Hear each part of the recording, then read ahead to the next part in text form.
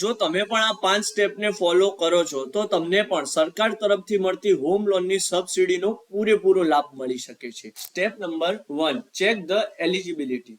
તો ચાલો જાણીએ એલિજિબિલિટી ક્રાઇટેરિયા કયા કયા છે.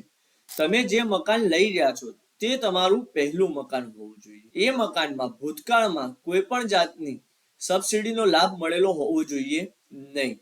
તમે જે મકાન લઈ રહ્યા છો તે મકાનની કિંમત 35 લાખથી વધુની હોવી જોઈએ નહીં. તમારી હોમ લોન એમાઉન્ટ 25 લાખથી વધારેની હોવી જોઈએ નહીં.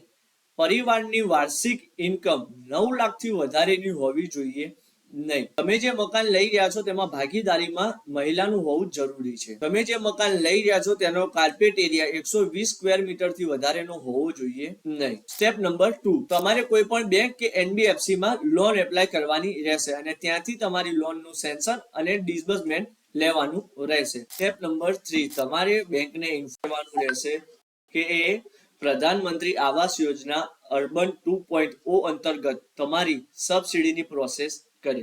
ગવર્મેન્ટે અત્યારે દરેક બેંકોને સૂચના આપેલી છે કે પણ કસ્ટમરની લોન ડિસબર્સ થયાના 30 દિવસમાં એની સબસિડીનો ક્લેમ બેંકને કરવાનો રહેશે. જો બેંક એ નથી કરતી તો તેની તમામ જવાબદારી બેંકની રહેશે. સ્ટેપ નંબર 4 એ છે કે તમારે પીએમએવાય ની જે યુનિક પોર્ટલ છે એ પોર્ટલ ઉપર જઈને તમારી સબસિડીનું ક્લેમ સબમિટ કરવાનું રહેશે. સ્ટેપ નંબર 5, તમારે તમારી સબસિડી ટ્રેક કરવાની રહેશે.